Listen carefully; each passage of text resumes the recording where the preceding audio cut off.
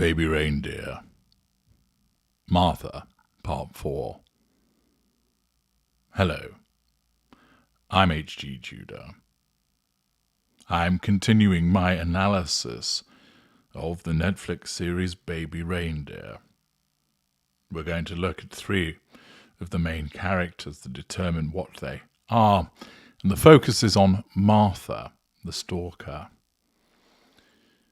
The evidence is building in relation to what we see and how she behaves.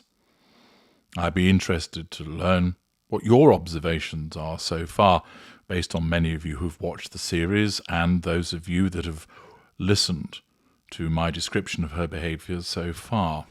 Are you coming to any formulations as to what you think that she is?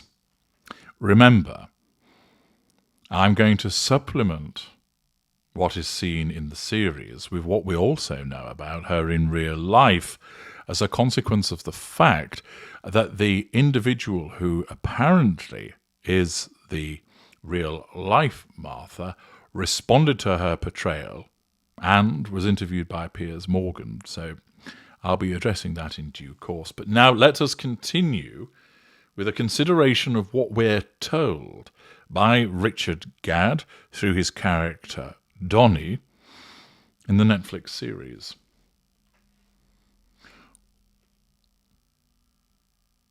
Donnie has been caught seeing Terry.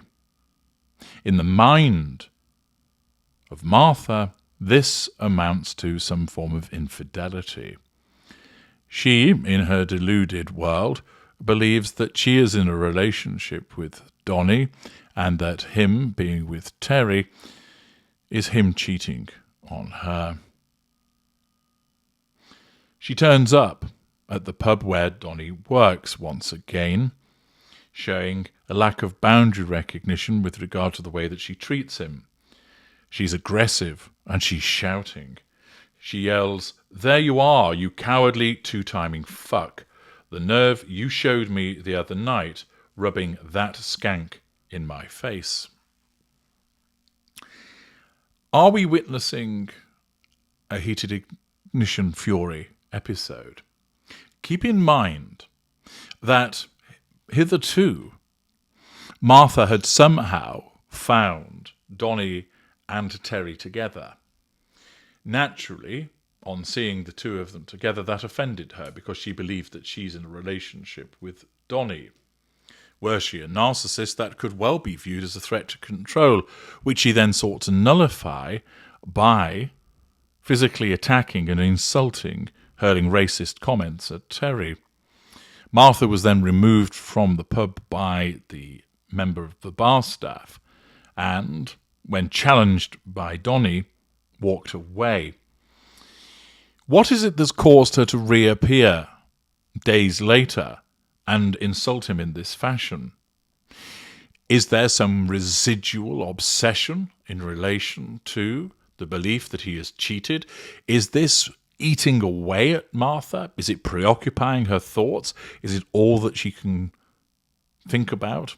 Of course, we're not allowed any admission into the thoughts of Martha because the narration comes from Donnie. Is it the case that she'd forgotten about matters and then something has resurrected the matter, caused him to back up on the radar, which then has presented him as a threat to control, which has necessitated a direct physical hoover? Or is it something else that causes her to continue to want to berate him in this fashion, presumably days after the offence that he purportedly committed, namely, in the mind of Martha, engaged in infidelity and two-timing? She continues by telling him, "You've made an enemy of me, Reindeer. I hope you know what you've done in wounding me like this." She's once again ejected from a pub by a member of staff. She then continues with her stalking. She waits outside the pub and calls out to passers-by saying, "Hey, you should see the woman he's dating, Pig Ugly."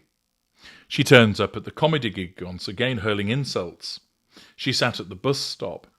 She messages him saying, "Don't think I'll stop. baby reindeer. The program conveys the impression that there is this relentless tsunami of her turning up. What are we witnessing here? Is this the continued unbalanced behavior of an individual that is clearly mentally unwell, but what with? Or have we got an instance of a narcissist that has developed a malice obsession or a fuel obsession in relation to Donnie, so that, like a stuck record, he keeps coming up on her radar, thus resulting in the necessity of asserting control? Remember, Donnie isn't going anywhere near her. Of course, he goes to work, but that isn't where she lives. He doesn't go past where she lives. He's not contacting her. He doesn't ring her. He stays away from her. But something keeps drawing her to him, so that she turns up at the comedy gig, turns up at where he works, sits outside where he works because she's barred, sits outside where he lives. Is this her narcissism? That she has developed an obsession, a malice obsession in relation to him as a consequence of the way that she sees that he treated her? Is it the case, perhaps, that as a consequence of the commission of infidelity in her world, that this was such a heinous act on his part, that this has then activated a malice obsession, and thereafter we see this is what is being played out, so that he keeps being brought up on her radar by thinking about him, necessitating action by her, so that she has to nullify this threat to control by going and finding him, sitting outside where he works, sitting outside where he lives, turning up at the comedy place? Or is it something else? Is it a preoccupation that's driven by the delusion of being in a relationship with him ending it and cheating on her, that continues to hurt her? That her reaction isn't about control, but her reaction is about feeling genuinely hurt as a consequence of the belief, misheld as it was, that he had cheated on her. It escalates, where at one juncture she assaults Keely, his ex-girlfriend, by throwing coke over her and stating, "That's for fucking Donnie." Thus, she's lashing out at not only Donnie, but those associated with him. Following this, Donnie has to move house, but the messaging continues. Martha sends him a message stating, "Haven't seen you on your street in a while. Fucking cowered it off, have you? Can't handle addressing me like a man." Insult. Is this another Hoover? Or just part of the continued obsession? She states, "So were you just going to fuck both of us at once?" Then she writes, making this clear, "You will never have me, not for a second. No, I'll masturbate 10 times over before taking you inside me." Are we witnessing the continued malice obsession?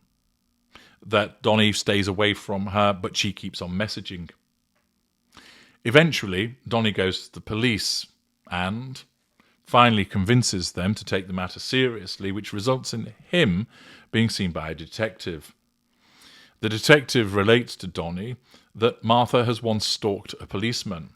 Thus, we see that this is not just a sustained course of behaviour in relation to Donnie, but it has happened to other people also. Is this the behaviour of a narcissist that becomes fixated on individuals and needs to assert control over them? Or is it somebody else that experiences delusions with regard to relationships resulting in this stalking behaviour?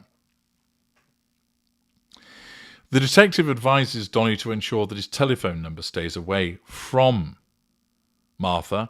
This, of course, is a blessing for him that he never provided it to her. Otherwise, he would have found himself subjected to far more messages, telephone calls also, and suggests that he draws up a tight line. The detective says that they'll talk to her and warn her. It's then that Martha falls silent after this police intervention. Donnie explains that apparently she engaged in some form of daily contact from the first day that they were involved, but now there is complete silence. Has the threat of police involvement been sufficient to dissuade her from continuing to contact him? Has this acted as a depressant upon the Hoover execution criteria? Meaning that if she is a narcissist, she asserts control in an alternative way. Is she smearing him? But who to? Maybe Donnie doesn't know. Or is she just simply staying in a position of withdrawal, gesting thoughts about him, thinking that he's a horrible human being? Or is it simply the case that the involvement of the police genuinely frightens Martha, causing her to be compliant, and the compulsion that she experiences to contact Donnie, whatever it's driven by, is lessened as a consequence of the potential for police involvement?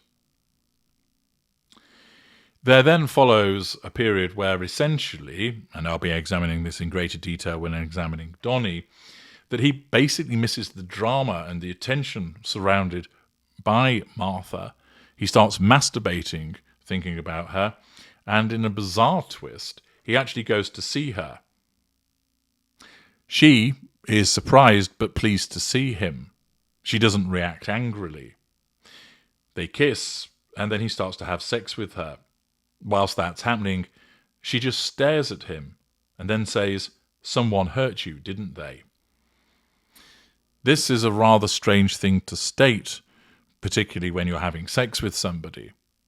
It's not like that she seems particularly enamoured with what's going on, but rather appears to be actually concerned that he's hurt. Again, is this actually emotional empathy that she's exhibiting for him? Is she more focused on his needs than her own? Or is it the predator in her, wanting to exploit a vulnerability? Thereafter, Donnie sees the police again. He hasn't completed the timeline, and the detective explains that they'd spoken to Martha and she was surprisingly cooperative. It's also explained that she was embarrassed and she went on to accept the police's offer of help. Is this a genuine reaction to the risk associated with the police involvement, or is she manipulating the police also with false contrition, appearing to be compliant? Maybe managing the facade to the police of saying, "Yes, I'll go and seek some treatment." Thus, Martha attends 2 of the social adjustment courses. Donnie asks if she said anything, or wanted to pass anything else on. He asks whether she was upset, but the detective explains that she took it rather well. Following this, Donnie has dinner with Terry, and they're enjoying the meal. His phone goes, and it's a call from his mother, but he doesn't answer it, explaining that the evening is all about him and Terry. We are then given access to the voicemail message that's left by his worried parents, so that whilst Donnie and Terry are enjoying a meal at the restaurant, the voicemail is from Donnie's distressed parents, wondering what's going on, which hospital to go to, explaining that they can't get back to the person that telephoned them, and she was called Martha. It is evident that Martha has issued some form of lie to his parents, suggesting that Donnie must be dead or injured or suffering some kind of mishap. What has motivated her to do that? Is it the case that once again Donnie has come up on the radar, but for whatever reason her narcissism doesn't want her to contact him for fear of police involvement? Is that factor sufficient to prevent a direct physical hoover or a direct hoover by message, and instead she shifted to an indirect method of asserting control by involving his parents and seeking to triangulate them with him? Alternatively, is it the case that the delusion from which she suffers compels her to want to get in contact with him? But again, police involvement is keeping that to one side. Is it that she's driven by some form of desire for revenge and decides that rather than contacting Donnie after the way that he has treated her and how she's hurt, she will lash out at his parents instead, with the expectation that it'll provoke a response from him? What is clear, of course, that she's not given up, that although she fell silent, she hasn't completely stopped and left him alone. Much to consider once again. Many of the behaviours demonstrate the need to assert control, but there are question marks associated with it.